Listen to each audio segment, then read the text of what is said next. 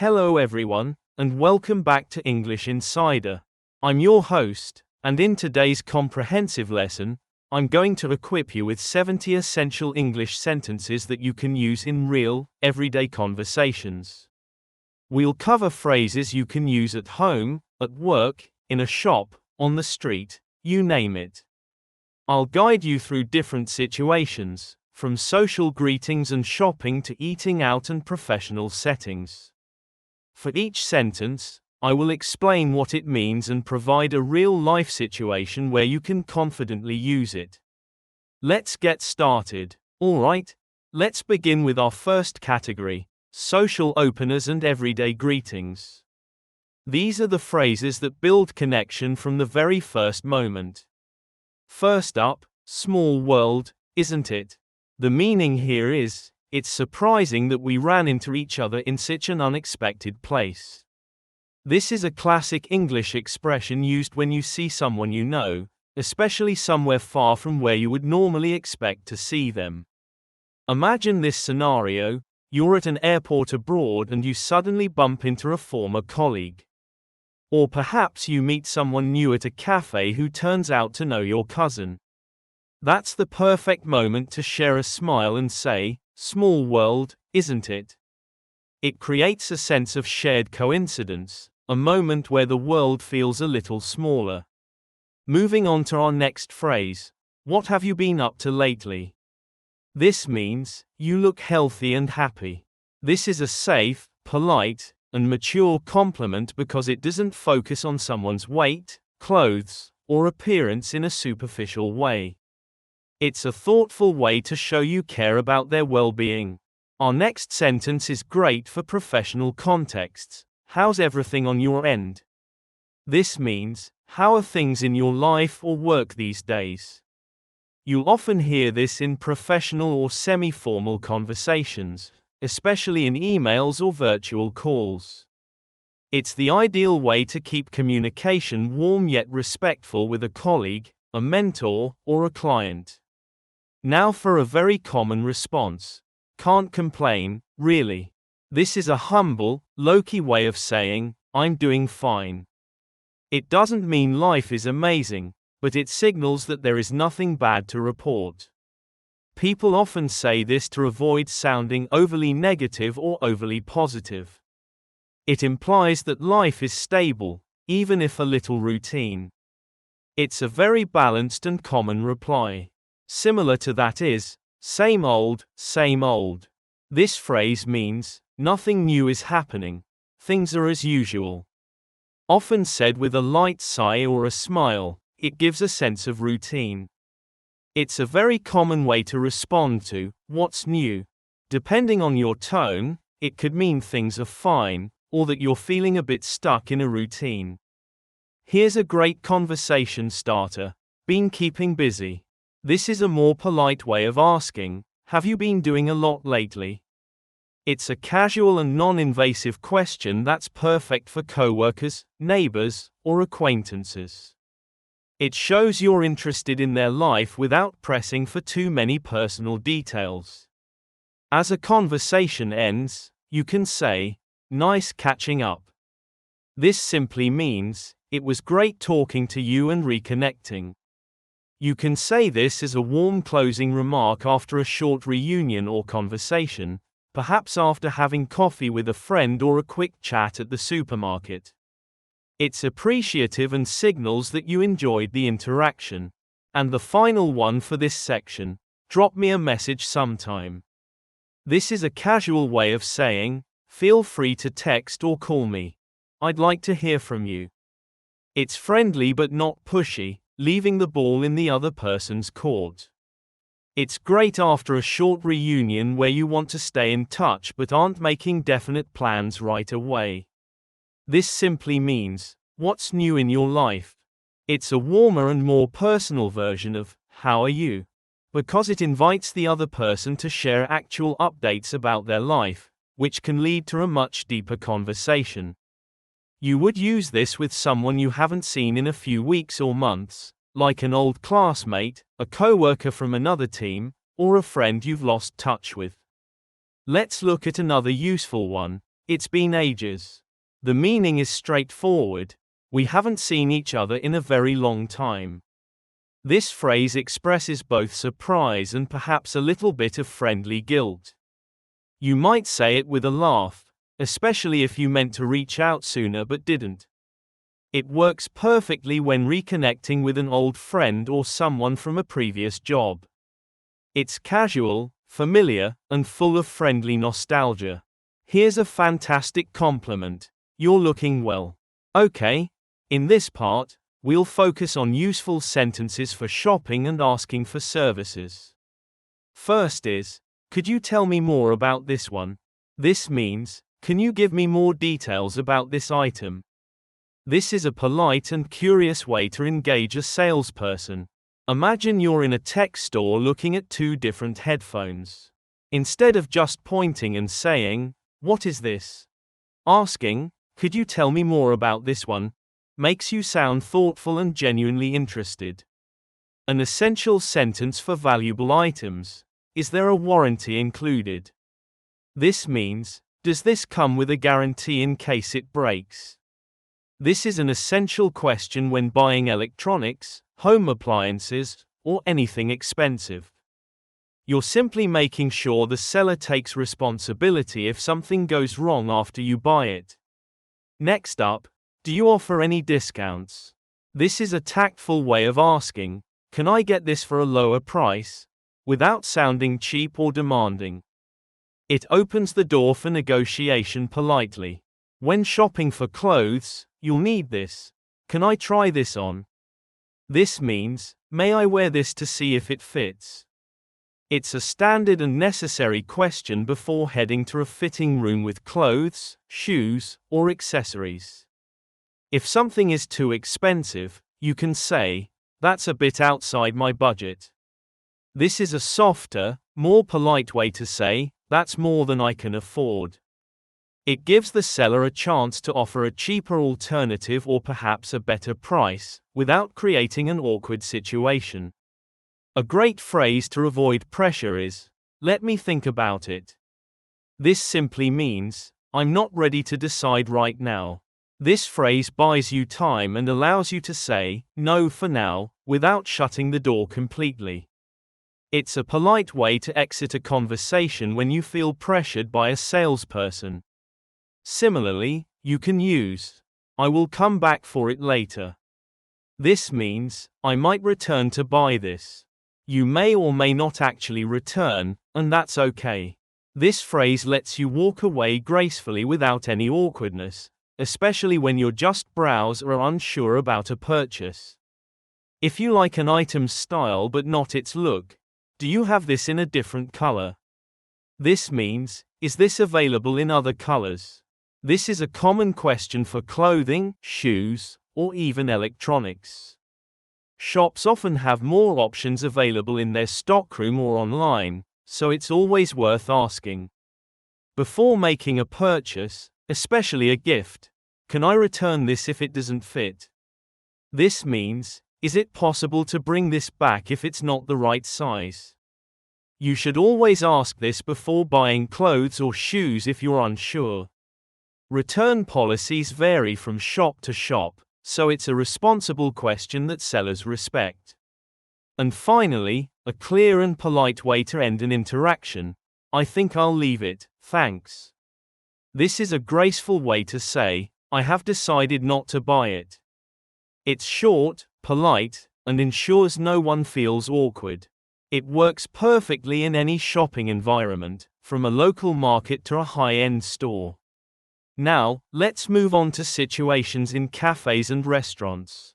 First, when you arrive, could we get a table by the window, if possible? This is a simple, polite way to request a specific seat you'd prefer, rather than just being seated anywhere. When you're ready to order, "I'll have the grilled salmon, please." This means, I would like to order the grilled salmon. This is the standard, natural way to order food. You can swap in anything. "I'll have the pasta," or "I'll have the cappuccino." It's perfect for both casual and formal dining. If you need more time to look at the menu, Would you mind giving us a few more minutes? This is a gentle way to say, can you come back later for our order? We're not ready yet. It's much more polite than just saying, we're not ready. When you can't finish your meal, could we get this to go? This means, can we take this food with us? It's perfect when you've eaten part of a meal and want to take the rest home with you in a container. This means, I'm allergic, are there any nuts in this dish? This sentence is crucial if you have allergies or dietary restrictions. Restaurants take this seriously. You can easily substitute nuts with gluten, dairy, or shellfish. To show your appreciation for a great meal. Everything was fantastic, thank you. This is a lovely way to express your gratitude and means, I really enjoyed the food and the experience. It's a kind gesture to the staff and the chef. When dining with friends, can we get separate checks? This simply means, can we pay individually? It's a very common and practical request when eating out with friends or coworkers to make paying the bill easier for everyone. If you receive the wrong dish, excuse me, I think this isn't what I ordered. This is the calm and respectful way to say, there is a mistake with my order. Using this phrase ensures the staff will be happy to help you without any confrontation. When the bill arrives, especially when traveling, is service included? This means, does the bill already include the tip? This is a smart question, especially in Europe and other parts of the world. Some restaurants automatically include a service charge, while others don't. Asking this question ensures you don't tip twice or accidentally skip it. To see your drink options, could I see the wine list, please? This is the standard, polite way to ask for the specific menu for wines or other alcoholic beverages. This next one is critical for safety. I have a food allergy. Does this contain nuts? Okay, now let's move on to essential sentences for the workplace. A classic office phrase is, let's touch base later this week. This means, let's have a quick chat or follow up soon. This phrase is informal but very professional. You would use it to suggest reconnecting for updates on a project. It implies a promise to check in without setting a formal meeting time. If you're confused in a meeting, could you clarify what you meant by that? This means, can you explain that idea more clearly? This powerful sentence helps you stay engaged without sounding confrontational or like you weren't listening. It shows you value clarity and want to fully understand. To avoid any confusion, just to double check, we're meeting at 2, right? This means, I want to confirm the time of our meeting. Using, just to double check, is a very common and professional way to confirm details like times, dates, and locations, ensuring everyone is on the same page. If you need to cancel your attendance, I'm afraid I won't be able to make it. This is a formal but kind way to say, I can't attend. The phrase, I'm afraid, expresses your regret, which is much more polite than simply stating your absence. To suggest a new time, would it be possible to reschedule? This means, can we change the time? It's a respectful and non-demanding way to ask to move a meeting or appointment to a different time that works better for you. When you want to include someone in an email chain, let me loop you in on this email. This means, I'm adding you to the email thread so you're informed. This is key office jargon used when you want to make someone aware of ongoing communication without them needing to participate directly. To show respect for a colleague's idea, that's a great point. I hadn't thought of it that way. This means, I agree, and your perspective is new and valuable to me. Saying this in a meeting shows humility and open-mindedness. You are validating your colleague's contribution and inviting more discussion. If a discussion is going off topic, let's table that for now. This means, let's pause this topic and maybe return to it later. It's a polite way for a meeting leader to control the agenda and stay focused on the most important items. To show you're a proactive team member, I'm happy to take the lead on this. This means, I'll be responsible for this project or task. Saying this shows initiative and confidence, positioning you as a reliable and valuable member of the team. And finally, a very useful professional phrase. Let me get back to you on that. This means, I don't know the answer right now, but I will find out and tell you. This response is so much better than guessing or giving a wrong answer. It shows responsibility and buys you time to gather the correct information. Okay, now for our final section, making plans with friends and colleagues. To start, you can ask, are you free this weekend? This is an easy, friendly, and direct way to see if someone is available before you suggest an activity. For a casual invitation, try, do you want to grab a coffee sometime? This means, would you like to meet casually for coffee? This is a very common, low-pressure, and friendly way to invite someone out in English-speaking cultures. Grab a coffee implies it will be a relaxed and short meeting. If you're not sure about your availability, let me check my calendar. This means, I'll see if I'm available before I confirm. This is a polite way to say you're not ready to commit just yet, perhaps because you need to check your schedule or want to avoid overbooking yourself. To politely decline an invitation, I might have to take a rain check. This is a classic idiom that means, I will have to cancel this time, but I would be happy to do it another time. It's a gentle way to say no when you like the idea of the plan but simply can't make it work at that moment. If you prefer to be spontaneous, let's play it by ear. This idiom means, let's decide the details later, depending on how things go or how we feel at the time. It's for situations where you don't want to make a strict plan. A simple way to agree is, sounds good to me. This is a straightforward and enthusiastic way to say, I agree with that plan. If you're not feeling well enough to go out, I'm not really feeling up to it today. This means, I don't have the energy or mood to go out. It's an honest and respectful way to cancel plans. It's softer than saying, I'm tired, and people use it when they need to rest, either emotionally or physically. Good friends will always understand. If the time is a little too early, could we push it back a bit? This means, can we reschedule it for a slightly later time? This is useful when something unexpected comes up, but you don't want to cancel the whole plan. And finally, for a flexible plan, let's pencil it in. This means, let's tentatively plan for that time, but it's not final yet.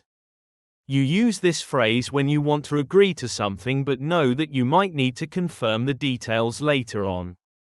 And that brings us to the end of our 70 essential sentences for everyday English. These phrases will help you sound more polite, confident, and connected in all kinds of real-world situations. Thank you for joining me here at English Insider for this practical lesson. My advice is to choose a few of these sentences that you find most useful and start practicing them this week. The key is to speak often and stay curious. If you found this video helpful, please give it a thumbs up and subscribe for more lessons to help you speak English fluently and naturally. Until next time.